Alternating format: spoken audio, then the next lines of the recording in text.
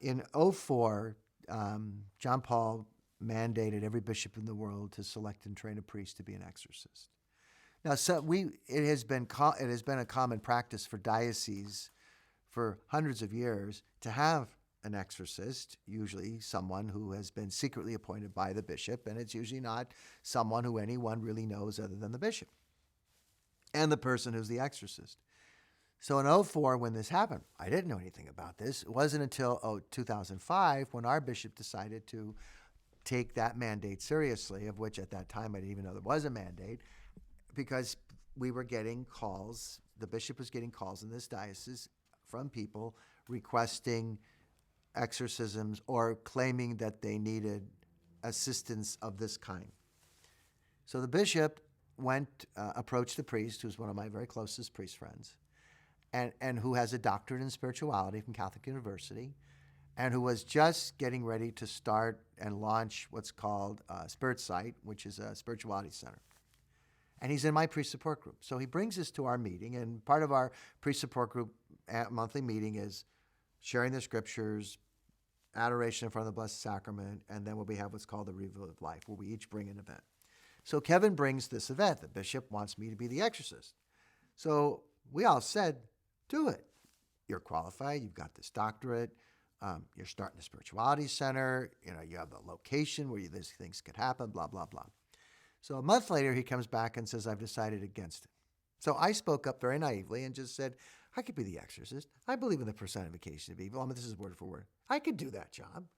So Kevin went to the bishop and said, I'm not willing to, but he is. So then the bishop, PJ, his nickname, says to me, well, you're going to Rome in a few months to start your sabbatical. There's a course you can take in Rome. So that's how it happened. And so once I'm taking the course, and there were about 60 people in the course, mostly Italian priests and African nuns, and then 3 Americans, me, Matt Ballio, the writer of the book, and then this third priest, who unfortunately has since died of Lou Gehrig's disease.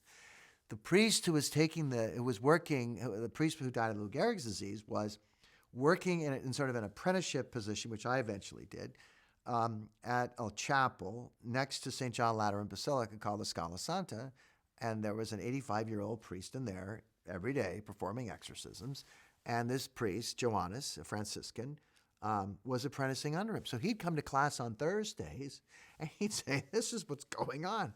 And so I remember saying to both the priest and Matt, I got to go find somebody. I don't know. I haven't got the foggiest idea what I'm supposed to do. So between Cardinal Aveda and Matt Ballio and Johannes, I was eventually able to get Father Carmen. And so that's how it all happened. So I went out 3 days a week for 3.5 months, for 3 hours at a crack, took the bus, went out to St. Lawrence outside the walls, and would sit and observe and pray as he was praying, the rite of exorcism. I'd have the ritual on my lap, and I would be observing him perform exorcisms. Tell us. Can I step in for 1 second? Did you happen to have like a piece of paper or anything, like a receipt in your coat anywhere? I'm hearing something crackling. Yeah. Yes. All right. Possibly. Sure. Put that on the phone or audio. It's all right. It's no problem. Sorry. Was that acceptable? The audio was acceptable? Yes, it was. Just we can make it better. I love this, Daniel. Where was he when we were in our other shoots? Give us an example of the extremes that you saw in people demon-possessed and what they did. How on target was the movie? I think the movie was very on target. I worked on the set with Anthony Hopkins for a week in Budapest.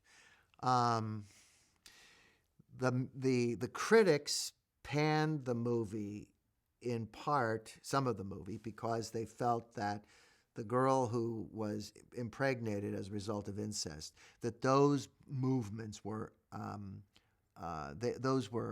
unreasonable. Those were not possible. Those are possible.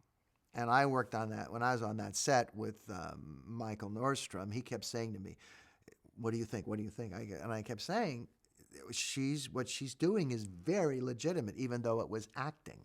Because when a demon is attached, or a possession, which is rare as opposed to an attachment, The demonic is going to do anything it wants to your body, things that you wouldn't normally be able to do. And that's why when I was reading these critics, I was going, they don't know what they're talking about because they've never really actually seen one. But in fact, in Rome and here, there are situations where the body, the demon, will be able to contort a body in ways that the person wouldn't normally be able to contort.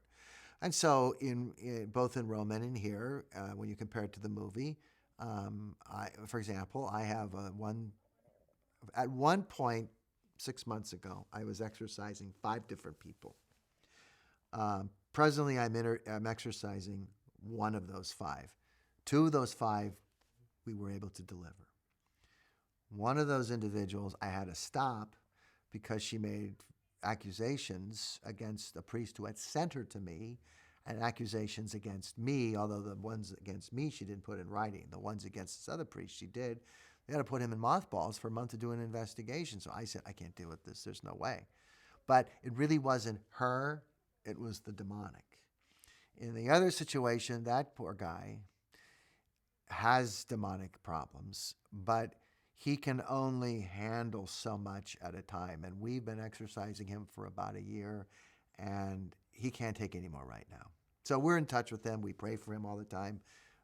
So the one that I am continuing to see, those demonic manifestations are the most ferocious that I've ever dealt with, where it requires, for example, 5 grown men to hold him down. So superhuman strength, Yes. multiple voices, contortion, levitation. Mm-hmm.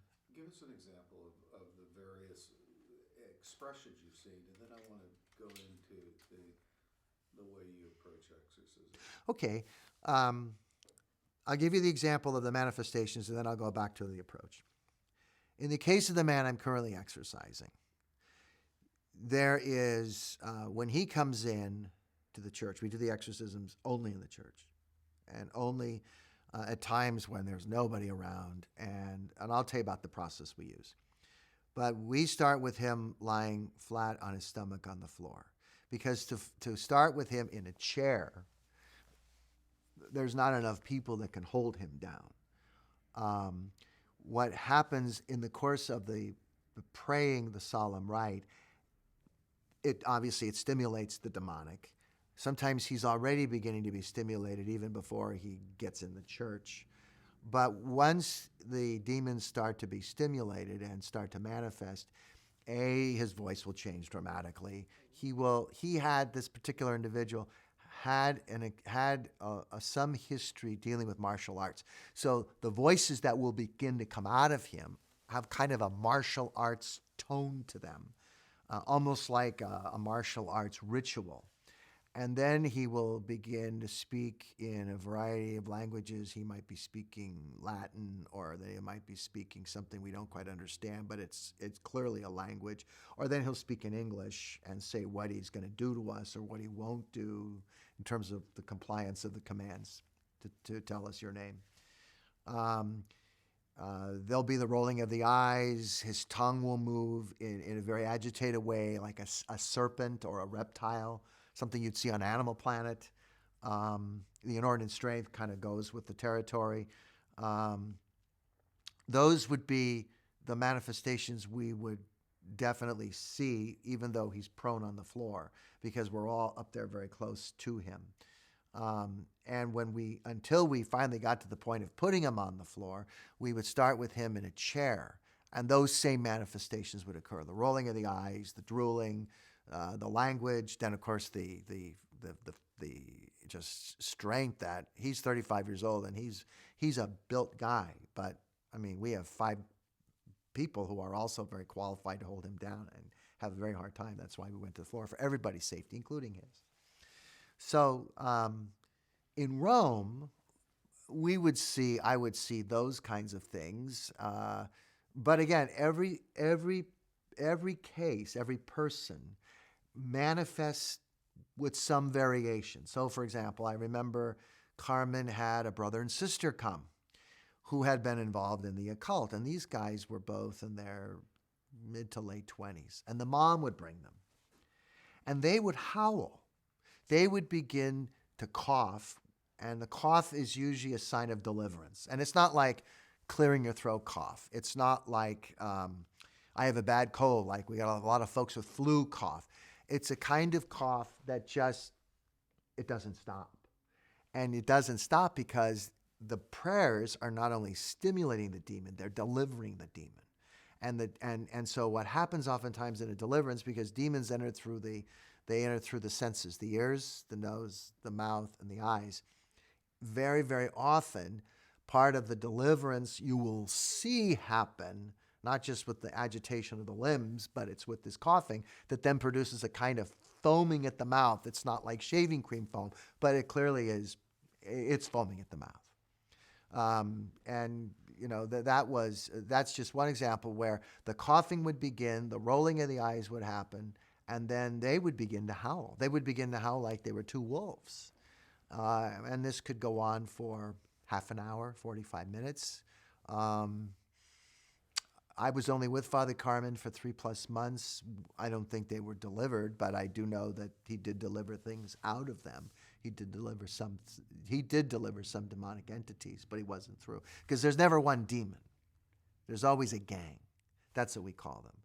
At least that's what I was taught. They're a gang. It's like a pride of lions or a herd of cows.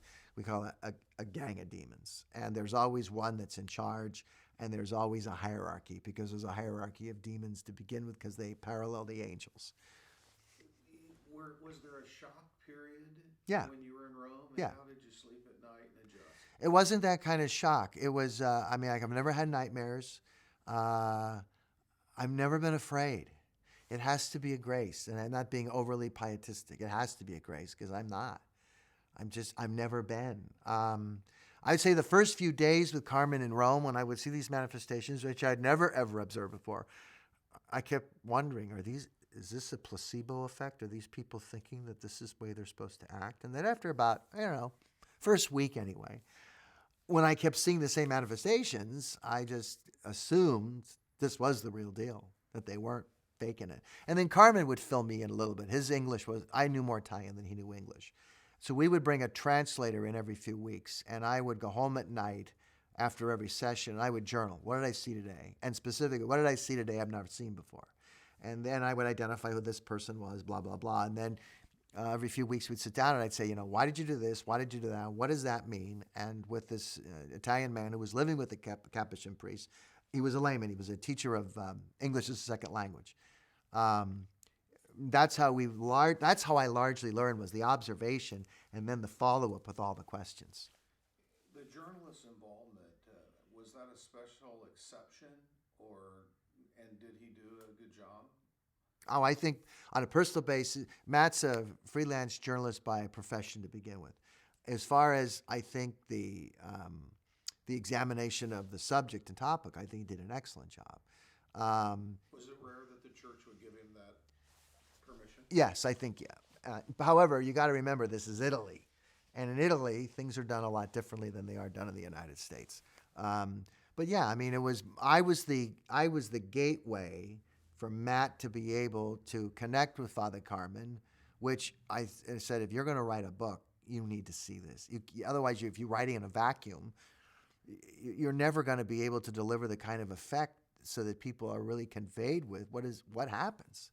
So I went to Carmen and said, this guy wants to write a book about my training. How comfortable would you be if he sat in on exorcisms? And so actually after I left Rome to come back and to become pastor here was when, the book kind of got started after I left, which he had told me. He says, how would you feel if I wrote a book about your experiences? And I naively said, oh, sure, go ahead, not knowing what this was going to lead to.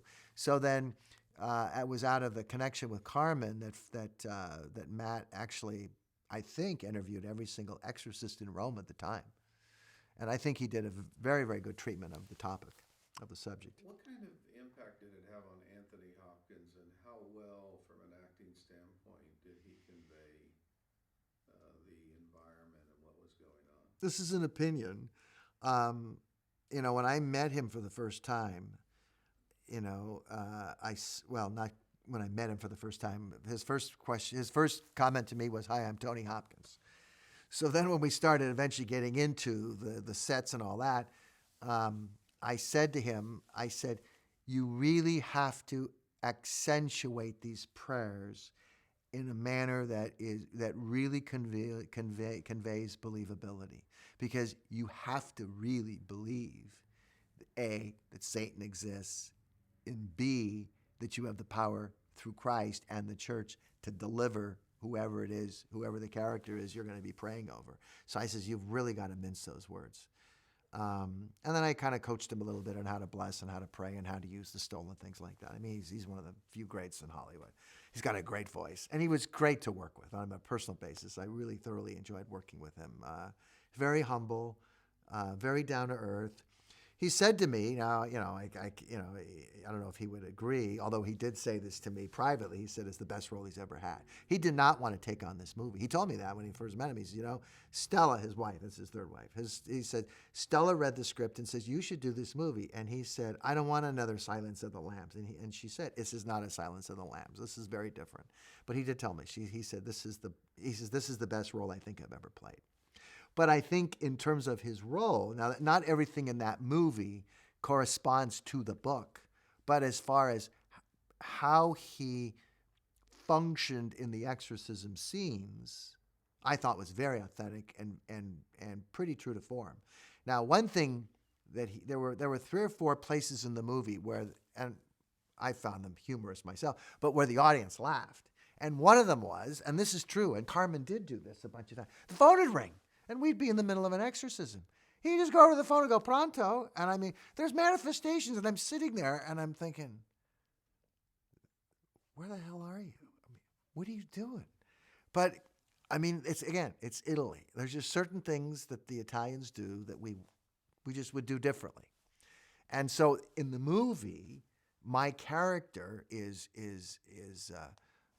all of a sudden, Father Lucas, Anthony Hopkins, hands the book to my character and says, pray, and he's on his cell phone. And the audience, the night of the opening, they did laugh. And there were a few other places where, and it was humorous. And actually, I thought it was helpful because you needed some lightnesses to kind of lighten up that movie a little bit. In the Talmud, as well as in the first century, there were so many pseudo-exorcists, and we have the same phenomenon today. How has the church distinguished itself in the approach of exorcism and having the right professionals as well as spiritually equipped people there and ready? I think that the initial answer I can give to that is that we have an authoritative ritual. So that, to me, is really what most distinguishes Roman Catholicism and our approach to the demonic from every other, whether he or she be a freelance exorcist or someone who's directly connected to another ecclesial body. We have an authoritative ritual. The Orthodox also have an authoritative ritual. In what distinguishes Roman Catholicism from the Orthodox insofar as the practice of exorcism is that in their tradition, every priest is deputized to be an exorcist. In our tradition, the bishop is the chief exorcist of the diocese by right of his ordination, and he can deputize someone like me to so do that. Or he can deputize someone else on the spot and say, this is an ad hoc case, I need you to go and deal with it. But I would say that would be the thing, that would be the point of demarcation. That would be the easiest one to differentiate, would be the fact we have an authoritative ritual that goes back to 1614. You cited a psychiatrist, psychologist, a prayer team.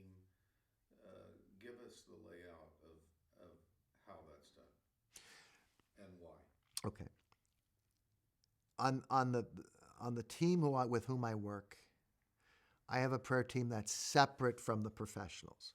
The prayer team are with me at every exorcism and every major deliverance. And they're there to help in the discernment of what we're observing and how we're praying and what's going on during the actual formal exorcism, or if it's a deliverance, which is not a formal exorcism. The medical doctor, clinical psychologist, and psychiatrist are not present for any of those rituals or prayer experiences. However, they're part of the discernment that will lead up to what is the approach that we need to take. So when someone calls me and I agree to see them, the Can we stop for a second? Yeah, it's 3 o'clock. So when someone calls me, okay, so when someone calls me and I agree to see them, oops, let's stop.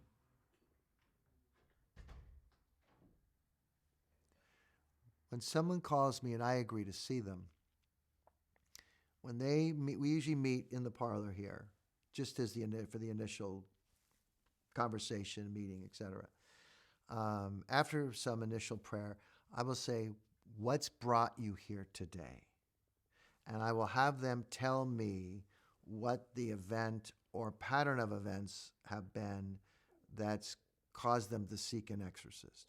And then I'll say, when did that experience or set of experiences first begin? Because I always assume and I tell them this up front, I always assume that they're telling me what's real for them. And I'm not there to deny it or to debunk it. But my role is to get to the root cause of what they're suffering from. And I want to underline suffering, because that's true for almost every single person who comes to me, whether they have mental health issues, preternatural issues, or both, or something other than. They're suffering. And so my role is to get to the root cause of the suffering. And so I will, in the course of the listening, I'm always listening for doorways, and then I will follow up with a whole battery of questions in terms of, tell me about what was it like growing up in your home. Tell me about your religious background, if you have one, whether it's Catholic or otherwise, because I don't see just Catholics. Tell me about any history of involvement in the occult. Ouija boards, tarot cards, seances, palm readings, mediums, white magic, black magic, spells, whatever, meditation, whatever. Any history of alcohol, any history of addictions, drugs, alcohol, food, gambling, pornography. Any history of sexual abuse. 80% of the people who come to me are sexual abuse victims. Now, as I said yesterday, that doesn't mean that 80% of our society are sexual abuse victims, but it means that the vast majority, and 80 is not really loose, because it just depends. I can go for 6 months and everybody comes to me as a sexual abuse victim. Then I might go for a while and nobody is. But I'd say about 8 out of 10 are. And then, tell me about the history of your family. Have you associated with people who have ever been involved in the occult or the satanic? And sometimes their responses will cause me to ask other kinds of questions, because I'm always, like I spoke yesterday, I'm always listening for doorways, openings. Where might a demon or a demonic spirit, have somehow entered into and attached possibly to their body or their life? One of the ways in which we sort of test that out, I will always do some deliverance prayer with them on the first session. And then, based on listening for doorways, sometimes it's really clear. Sometimes people have done all kinds of dangerous stuff. Sometimes people will start manifesting in the parlor. I've had that happen a few times. I'll walk in, and the power of holy orders is enough that it'll actually threaten the demon. The person will just start acting out all over the place. So depending on what happens might depend on the degree to which I might send them to our clinical psychologist for an evaluation. If I don't hear any doorways, more likely than not, I will send them to the therapist. Occasionally, I might say, "Why don't you come back? How about, if you're a Catholic, do you worship on a regular basis?" Is to get them into a regimen to kind of build them up. It's like when someone goes to their physician and their resistance is low. And you might give them antibiotics, or you might put them on a vitamin regimen or whatever. So if they're Catholic and really aren't connected to the church, I'll say you need to get back into a rhythm of a faith life and a spiritual life. So regular Eucharist weekly, monthly confession, daily prayer, and start doing that let's try that for a couple, 2, 3, 4 weeks, and then come see me in a month. Let's make a date. And then what I'll do is what happened in the last month. Now, if there's manifestations, I will call the therapist and say, I'm going to send someone to you, and this is what I observed. And it's really to get an affirmation in either way. But one is when I'm seeing some of the signs myself, I'm not going to go launching into an exorcism. An exorcism is the very last thing exorcist does. But I certainly would create a schedule where we would do deliverance prayer on a regular basis and see between that and the sacraments if that is enough to be able to free the person from the demonic. In Koine Greek, we have this word demonized, and I know our translations add possession with it. But from a biblical sense, can you give us an idea of what it means to be demonized? And obsession, oppression, Sure. Et cetera. Sure. These English words we Sure. turn or fix with them. Right. In my exorcism world, possession refers to a term, a condition, a demonic condition in which a demon has taken full control over someone's body, but the person is still resisting. Integration would be where the person has chosen to accept the demon. So a full possession is relatively rare. Far more often, I end up, if there is a demonic condition, the terms are oppression, obsession, and sometimes I'll throw the one in called harassment, where there's something going on, but there doesn't seem to be a demonic. It seems to be something that's from the outside trying to affect the person rather than on the inside.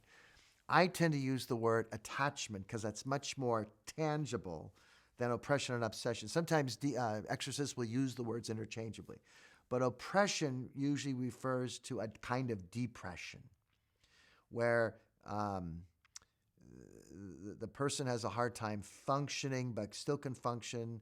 In either case, oppression or obsession, at a level where they can hold a job, raise a family, drive a car, basically do what you and I do, but with difficulty. An obsession is where usually there's psychotic experiences of hearing voices, seeing demons, maybe going through periods of what we would call disassociation, to one degree or another. That's why I tend to use attachment. I just find that's far more real than these terms that, what do they mean to the average person? And even sometimes to the exorcist, depending on which exorcist you're talking to, they might mean different things. So those would be the differences. A possession is where demons taken full control. Usually with people who are fully possessed, they can't function. They can't take care of themselves. They can't drive a car. They're not really competent. When you came back, 185 dioceses in the United States, how many have exorcists, and how long is the line of people? Well, currently there's 70, approximately.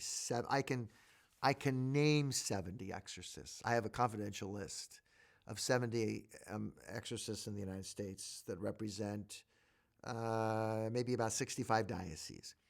There's probably a few more where the bishop or archbishop has an exorcist but has chosen not to reveal who that person is, or the person himself, who's the exorcist, has not chosen to let us know who they are, maybe because his bishop has asked him not to.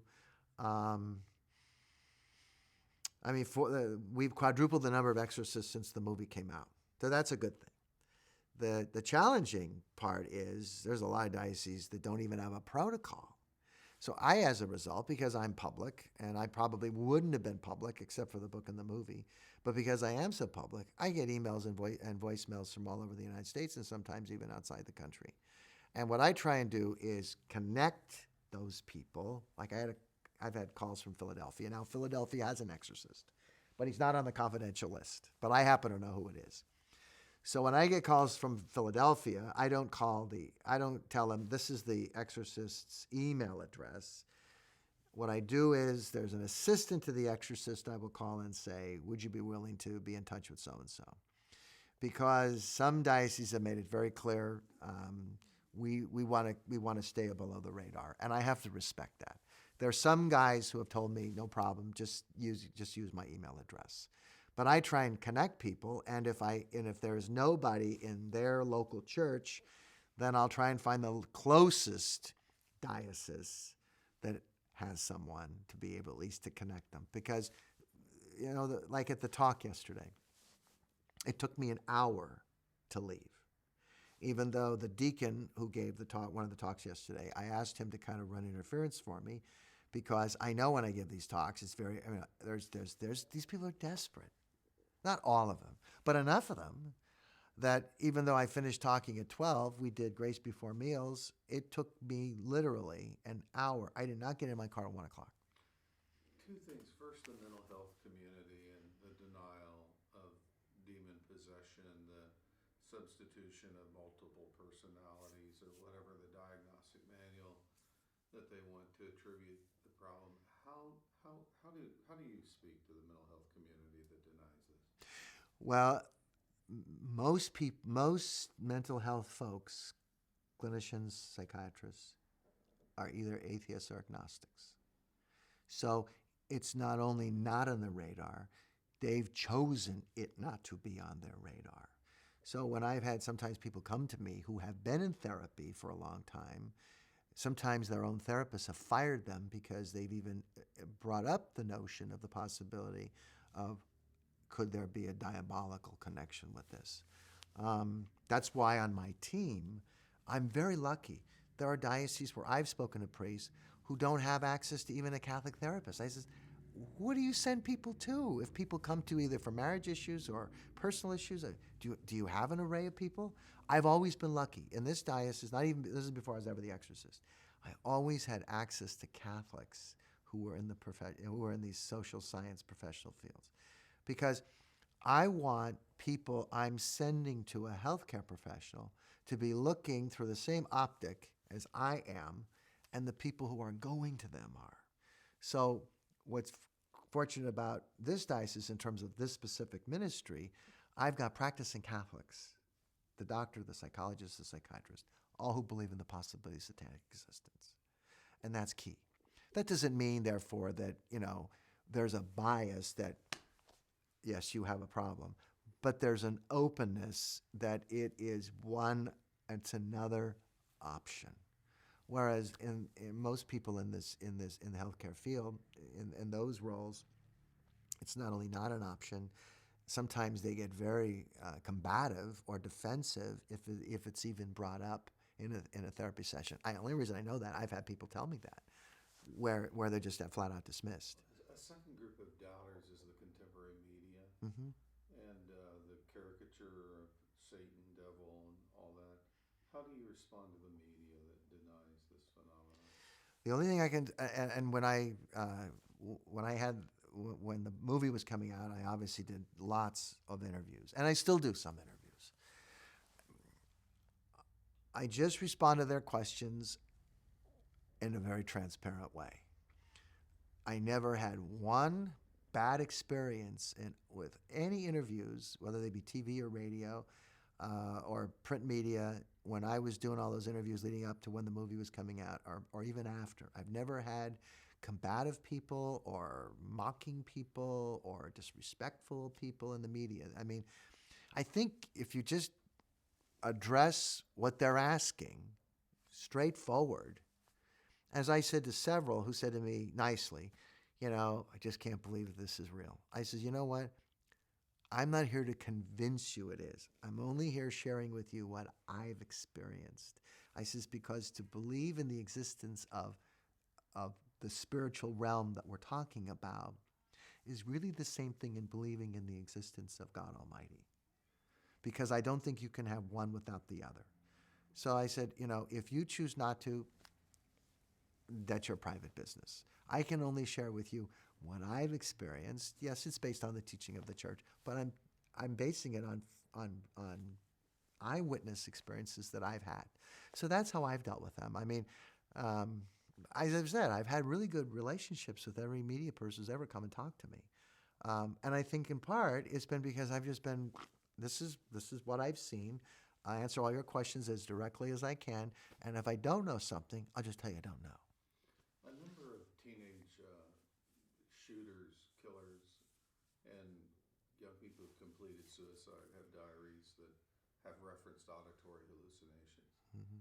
Are these kids under the demonic that are killing and completing suicide? I think you'd have to look at each one of those cases on an individual basis. When the two young men who committed that heinous crime at Columbine, now, I wasn't the exorcist at the time, but I preached at my parish that weekend at all the masses and talked about it as a diabolical event, not knowing until later that both of those kids had been heavily involved in the occult and had an altar of worship in the home of one of them. That only found out that much later. When the congresswoman was shot and almost killed down in Arizona, CNN and then somebody else called me and asked me to weigh in on it. I said, I wanted to know whether or not I thought it was demonic. I said, I would need to know a lot more before I could make any kind of comment. The kid who did that, who just slaughtered Newtown? the 26 in Newtown, Adam Lanza? Adam Lanza. I read one account. Somebody sent me something, an email, in which there was an article written back east about Adam Lanza's involvement with the occult, but they can't verify that. But I would say each case would have to be taken separately. I wouldn't say that if they had been involved in the occult or the demonic, that could not have led to mass killings. On the other hand, I couldn't say outright that every one of those things was inspired demonically. We've seen a growth in paranormal entertainment becoming normal. Vampire Diaries, a whole genre. Is this demonic? I would say qualified, some of it probably is. In the few years that I've been exorcist, and prior to that, I didn't know anything.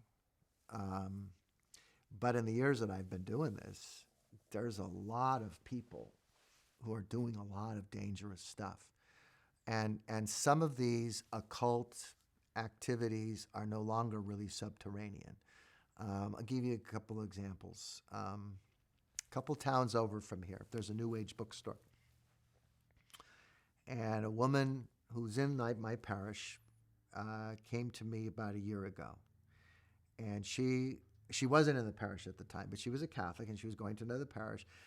I don't even remember now what drew her into going to that bookstore and signing up for a meditation camp in the wine country.